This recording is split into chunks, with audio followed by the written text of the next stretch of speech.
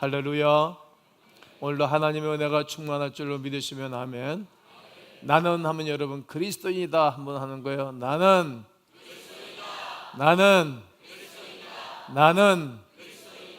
이렇게 한 주간도 사시기를 바랍니다. 나는 가수다 이런 프로그램이 한때 우리 텔레비전에서 유행한 적이 있습니다. 7명의 선수들이 가수들이 나와서 대결을 하는 것입니다. 그러면 평가단들이 평가를 하게 됩니다.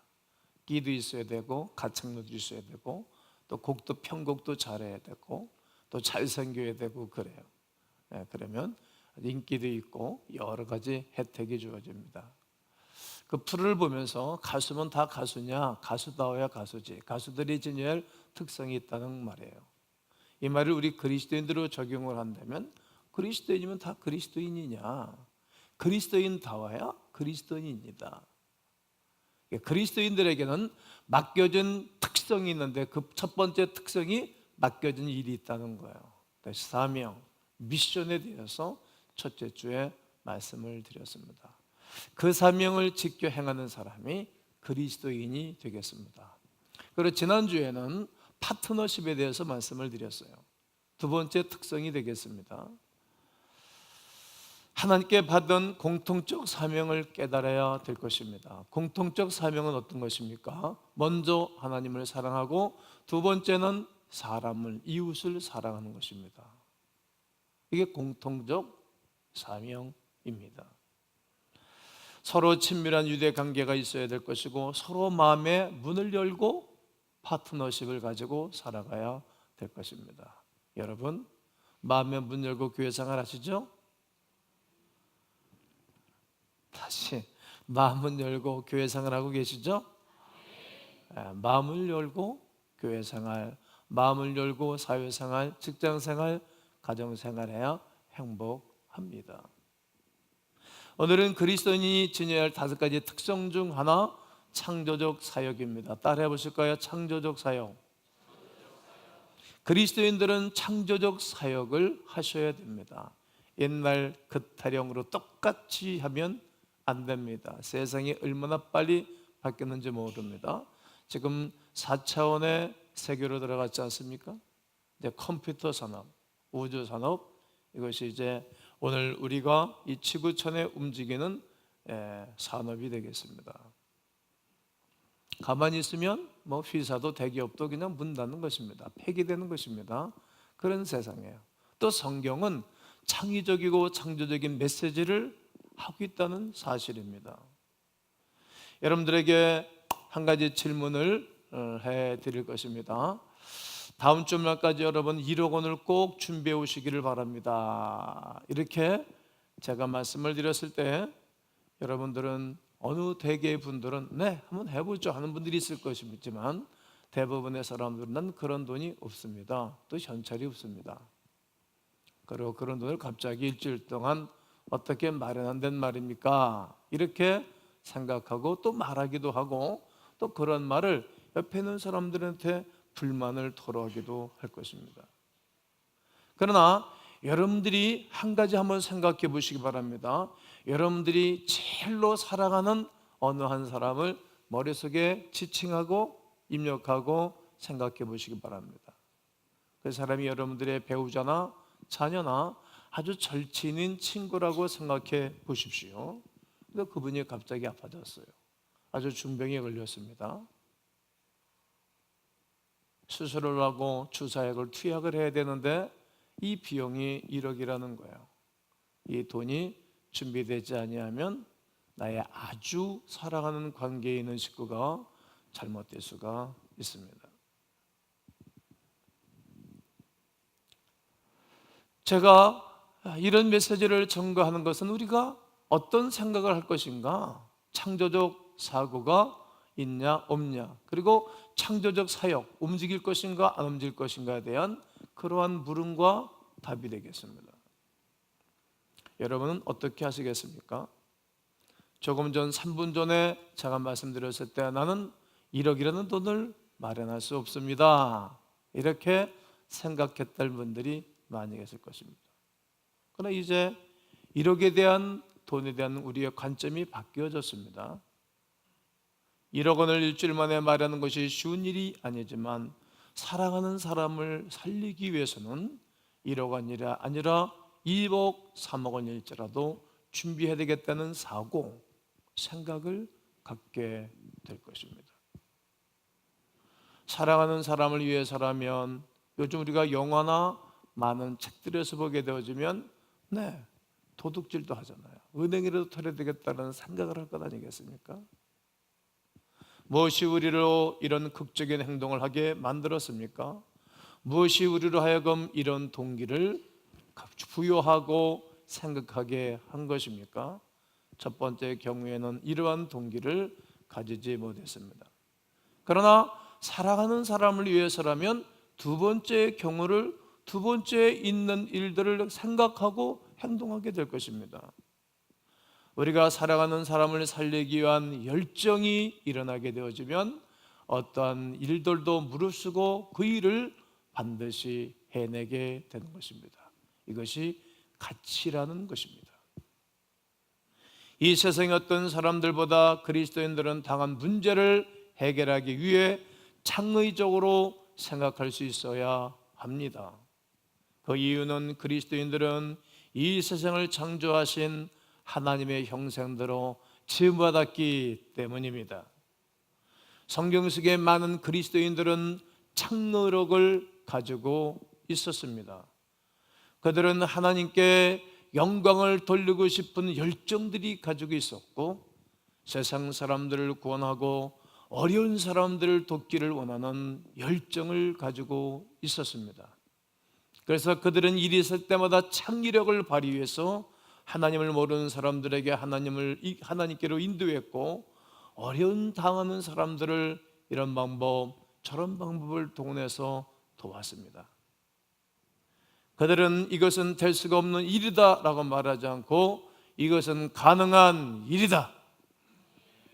그들은 이 사람에게는 전도가 불가능하다 이렇게 말하지 않고 이 사람들은 복음을 증거하면 주께로 돌아온다. 많은 사람들이 이것은 할 수 없다라고 말하지만 그러나 내게 능력 주시는 자 예수 그리스도 안에서 할 수가 있다.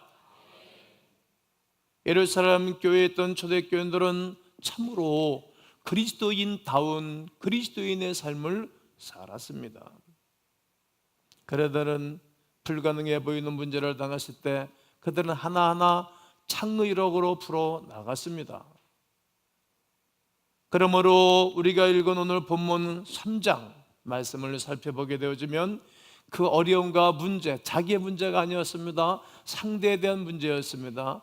관계십에 있는 사람이 아닙니다. 그러나 그를 볼 때 부활의 주 예수 그리스도를 만나고 성령으로 주님을 만나고 난 다음에 똑같은 삶을, 똑같은 사건, 똑같은 사람을 보는 눈이 달라졌습니다.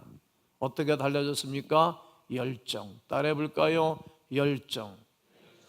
열정을 성장시켜야 됩니다. 무엇을 성장시킨다고요? 열정 말입니다. 제9시 시간에 베드로와 요한이 성전에 기도하러 올라갔습니다. 나면서부터 안점에게 된 사람이 거기에 앉아서 그날도 변함없이 구걸하였습니다. 나이가 40쯤 된 사람입니다. 나이가 40이 되고 난 다음에도 남한테 구걸하고 남에게 얻어먹는 신사람이 이미 남자로서 인생이 끝난 것입니다. 40대 되면 열심히 일할 때 아닙니까? 그리고 다른 사람에게 유익을 줄 텐데 이 사람은 변함없이 그날도 손을 내밀며 구걸하고 있었습니다. 이때 베드로와 요한이 성전에 기도하러 올라갑니다. 이때 사람들이 나면서 안질병이 된 이 사람이 미문에 앉아서 구걸하도록 메어오고 있었습니다. 그가 베드로와 요한이 성전에 들어가려 함을 보고 구걸하기 시작합니다. 그런데 중요한 단어가 4절에 있어요. 베드로가 요한과 더불어 주목하여. 이 주목하여가 이제 달라진 거예요. 가치의 변화예요. 달라진 거예요. 부활의 주님을 만나고 성령 세례를 받고 난 다음에 늘 있었어요. 거기에. 지금도 이 지구촌에는 우리 대한민국에 늘 얻어먹고 늘 받아서 먹고 사는 사람들이 있단 말이에요. 항상 있는 거예요. 성경 속에도 있고 앞으로 2000년 후에도 있을 거예요. 3000년 후에도 있을 거라고. 이들은 구조가 그런 사람들이니까. 근데 이제 보는이 달라졌어요. 보는 거예요, 그 사람을. 주목했다는 말은 이렇게 살폈다는 거예요. 살폈다.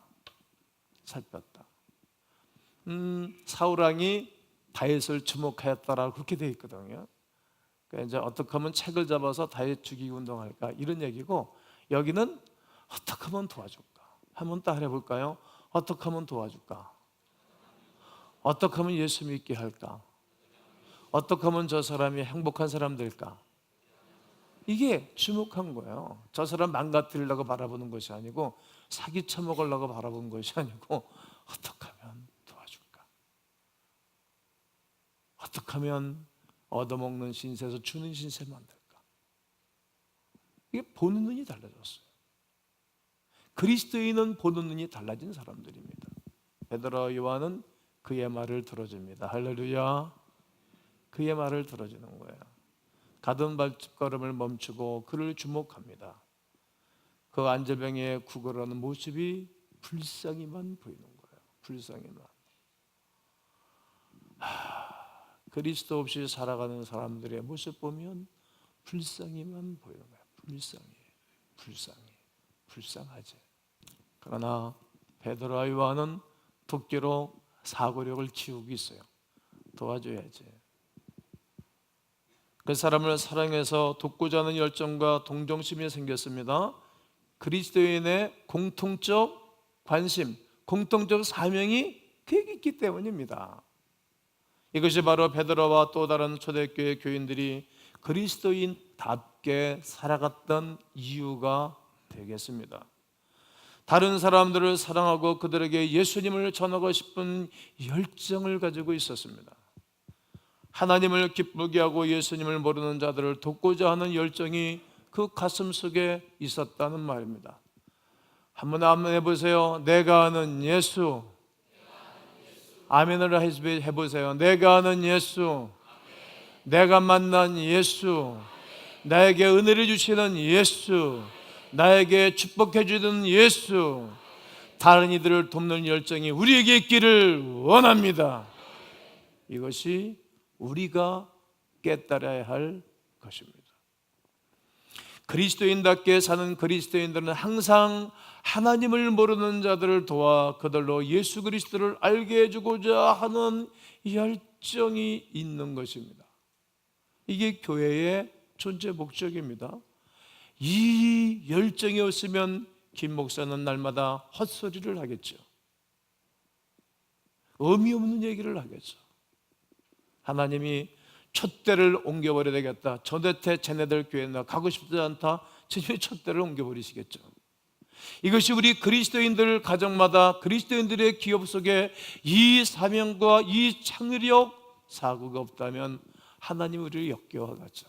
오죽하면 이사야를 통해서 야 제발 성전에 오지마 니들.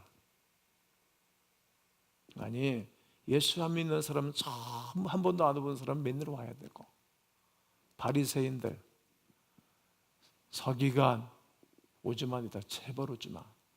야 역겹다. 피 비린내가 난다 내 거야. 야 성전에서 양 잡아 소 잡아 염소 때려잡아 흘린 피에 내가 코에 피 비린내가 나 견딜 수 없다. 제사는 드리지만 예배는 드리지만 속사람과 생각은 엉뚱한데 가 있는 그들 향하여 오지 말라는 거예요. 하나님을 모르는 자들을 도와 그들을 하나님을 알게 해줘야 할 그들이 여기에는 비전도 열정도 없고 엉뚱한데 자기 자리다툼과 권유와 그리고 물질에만 탐하는 그들을 바라보며 오지 마라. 하나님이 이사야 선지를 통해서 말씀하시는 겁니다. 제가 말한 1억 원을 만드는 예는 우리가 열정을 가지고 동기를 만들고 동기가 있으면 창의력으로 사역할 수 있다는 것을 말해줍니다. 우리에게 1억 원을 만들어내야 하는 중요한 이유가 없다면 우리는 해낼 수도 없는 것입니다. 그러나 우리들에게 1억 원을 만들어야 하는 중요한 이유가 있다면 여러분들은 어떤 일에서도 그 일을 만들어낼 수 있을 것입니다. 그런데 문제는 바로 이것입니다. 요즘 열정이 없습니다. 삶에 대한 열정이 없습니다. 일에 대한 열정도 없습니다. 하나님을 알아가는 일에 대해 열정이 없습니다. 예수를 모르는 분들에게 복음을 전도해야 되겠다는 열정이 없습니다. 아무런 열정도 없습니다. 그래서 그들은 행복하지 않습니다.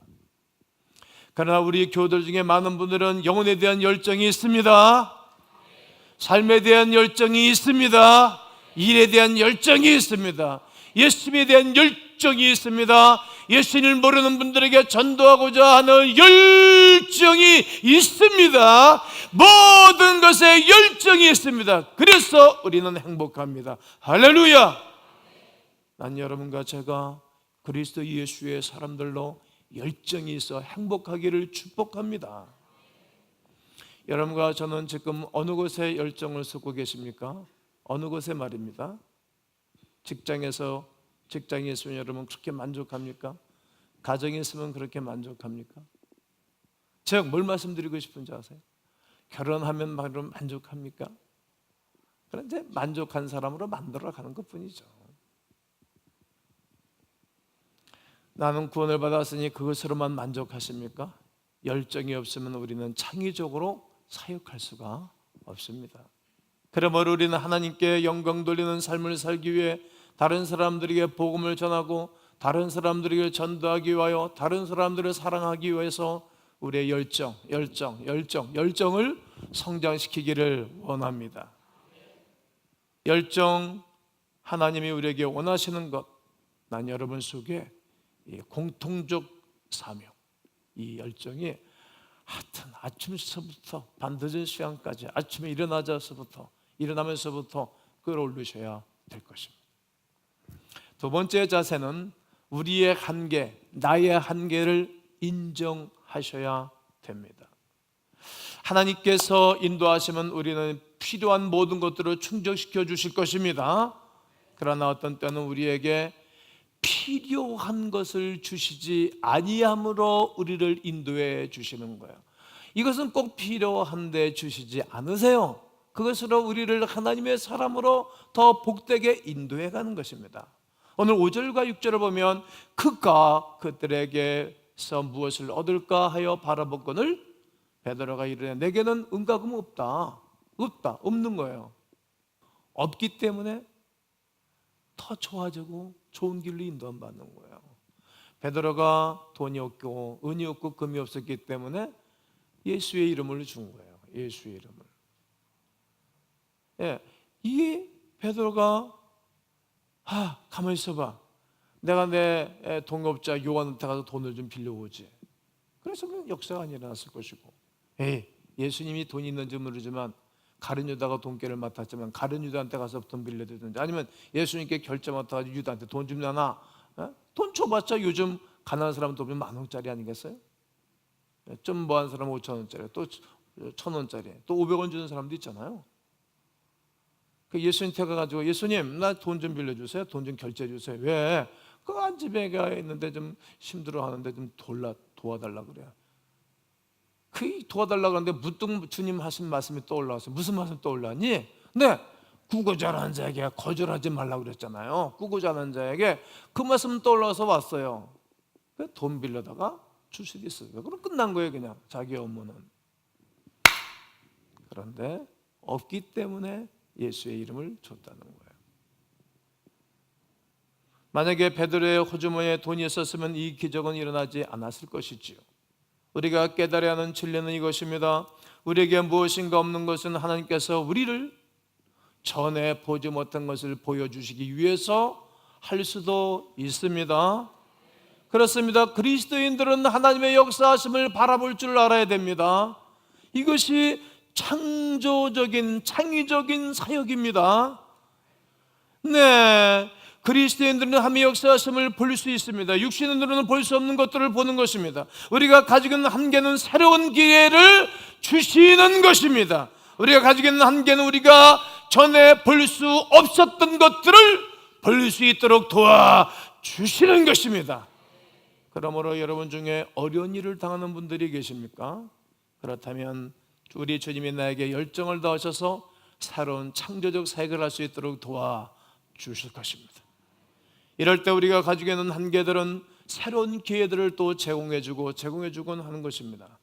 우리의 한계를 인정하고 하나님의 기대를, 역사를 기대하시길 바랍니다. 그렇습니다. 벼랑 끝에서 하나님의 기적과 역사는 일어나는 것이기 때문입니다. 또 하나의 자세는 우리는 창의적으로 생각하셔야 합니다. 안질뱅이가 베드로에게 구걸했을 때 베드로는 돈을 가지고 있지를 않았습니다. 그러나 그는 창의적으로 생각하는 거예요. 그래야 좋은 인간관계십도 가집니다. 베드로는 이 사람에게 정말로 필요한 것을 주기로 결정했습니다. 베드로는 나사렛 예수의 이름으로 걸어라. 여러분, 인간이 필요한 것은 돈이 아니에요. 돈은 이 땅에서만 필요한 거고 우리 생활에 필요한 것뿐이에요. 저 같은 경우 양복 하나 입기 시작하면 20년 입어도 끄떡없더라고. 없으니까 베드로가 예수의 이름으로 손잡아 일으키니까 일어났습니다. 그렇습니다. 이렇게 우리는 창의적인 사고, 창의적인 사역자가 되어야 된다는 거예요. 우리가 정한 오이코스들, 저 사람은 나처럼 예배자가 될 것이다, 하나님을 사랑하게 될 것이다, 이 사고에서 움직인다는 거예요. 오바마 미국 대통령이 이제 금년도 하면 정치를 마치고 내년도에 취임식을 하겠죠. 오바마 대통령이 대통령 취임할 때 릭 오렌 목사가 기도했죠. 그걸 내가 소개할 겁니다. 전능하신 하나님 아버지, 오직 당신만이 이 세상에 보이는 모든 것과 보이지 않는 모든 것까지도 존재케 하시는 분이십니다. 모든 것이 주님께로 왔고 주님께 속하였고 주님의 영광을 위해 존재함을 믿습니다. 역사도 주님의 이야기임을 믿습니다. 성경에서 우리 주님은 한 분이신 하나님이라고 고백하고 있습니다. 그렇습니다. 주님은 자비로우시고 은혜로운 분이십니다. 모든 사람을 사랑하시는 분이십니다. 오늘 우리는 미국의 평화스러운 44번째 정권 이양만을 기대하는 것이 아니라 첫 번째 아메리칸 대통령으로 취임하는 역사적 순간을 축하하고 있습니다. 우리가 이 나라에 살고 있음을 감사합니다. 아프리카의 이민자가 최고의 지도자가 될 수 있는 가능성의 나라에 살고 있음을 감사합니다. 지금 이 시간 천국의 마틴 루터 킹 목사님께서 허다한 청년들과 함께 소리치며 기뻐하실 것입니다. 오바마 대통령에게 겸손으로 우리를 인도하시는 지혜와 성실함으로 인도할 수 있는 용기와 포용력으로 인도할 수 있는 자비와 마음을 주옵소서. 그와 그의 가족들, 그리고 바이든 부통령과 부대통령과 국무위원과 모든 지도자들을 축복하시고 보호하여 주옵소서. 하나님, 우리 미국은 인종이나 종교나 혈통으로 하나된 나라가 아니라 자유와 정의에 대한 헌신으로 하나된 나라인 것을 기억하게 하옵소서. 우리 자신에만 초점을 두고 서로 간에 분쟁을 하며 하나님을 잊고 있을 때 우리를 용서하여 주시옵소서. 우리의 위대함과 번영이 우리가 만든 것으로 생각할 때 우리를 용서하소서. 우리가 인류애를 잊고 우리가 사는 땅을 존중하지 않을 때 우리를 용서하옵소서. 이제 우리 앞에 있는 어려움을 직면해 나가면서 분명한 목표와 행동의 책임, 겸손한 태도로 만들어가게 하옵소서. 우리를 도우사 서로 나누고 섬기고 모든 사람들을 위한 선을 추구하게 하옵소서. 선한 일을 하기 위하는 모든 사람들이 함께 연합하여 서로 정의롭고 건강하고 번영하는 나라와 평화로운 세상을 만들게 하옵소서. 결국 언젠가 모든 나라와 모든 사람들이 하나님께 설 것을 절대로 잊지 말게 하옵소서. 우리의 대통령과 그 가족들을 주님의 돌보심 속에 올려드립니다. 우리의 삶을 변화시킨 그분의 이름으로 간구합니다. 이게 리고레는 이게 미국의 풍이 다 그렇지 않은데 그분의 이름, 우리는 반드시 예수의 이름으로 기도해야 됩니다. 이렇게 기도한 후에 주기도문으로 기도를 마쳤어요. 이 번역본이에요. 여기서 제가 두 가지를 내가 감동을 받은 것이 있어요. 주여, 아메리칸 드림, 아프리카 사람이 교만하고 백인 우월주의 사상 가운데 있는 그 나라에서 대통령이 된 위대한 일, 창의적이지 않습니까? 또 하나, 마틴 루터 킹 목사. 오늘 저녁에 설교에 마틴 루터 킹 목사 내가 소개할 거거든요. 이 사람 인권 운동가예요. 흑인이라고. 시카고 대집회 200만 명이 모였죠. 나중에는 총살을 당해서 죽었죠. 그의 꿈이 그런 거 아니겠어요? 창의적이에요. 나는 유색인종이 인격적으로 대접을 하고 인격적인 관계를 갖고 살아가는 나라. 흑인과 백인이 똑같이 공부를 하고 똑같이 함께 공존하고 나누고 일하는 그런 나라. 똑같이 버스를 타고 똑같이 함께 식사를 나누고 식당에서 담수하고 나눌 수 있는 그런 나라가 되기를 원한다고. 나에게는 꿈이 있다고. 유명한 설교한 거 아닙니까? 그는 비록 총살을 맞아서 그는 암살을 당했지만 계속 좋아지겠는 거 아닙니까? 이게 창의적인 사고예요. 이게 창의적인 사역이에요. 우리의 신앙이 날마다 좋아지는 것 아닙니까? 우리가 정한 오이코스들에게 또 가서 복음을 전해주고 그들을 하나님 치료하는 그런 일에 우리가 앞장서 나가는 거예요. 주님은 그 모든 일들을 반드시 주의 백성들로 인도하실 줄로 믿습니다. 우리는 예수님의 예를 따라가는 것입니다. 그럴 때 우리 모든 사역이 창의적일 수가 있습니다. 모든 사람들이 일어나게 될 것입니다. 모든 사람들이 예수의 부활로 일어나며 살아나게 될 것입니다. 다시 회복하게 되어질 것입니다. 나는 여러분과 제가 여러분 사업장, 직장, 일터, 가정, 사역, 교회, 우리 오이코스들을 향한 창의적인 사고와 창조적인 사역 가운데 부활의 주님이 함께하는 은혜가 있기를 주의 이름으로 축원합니다.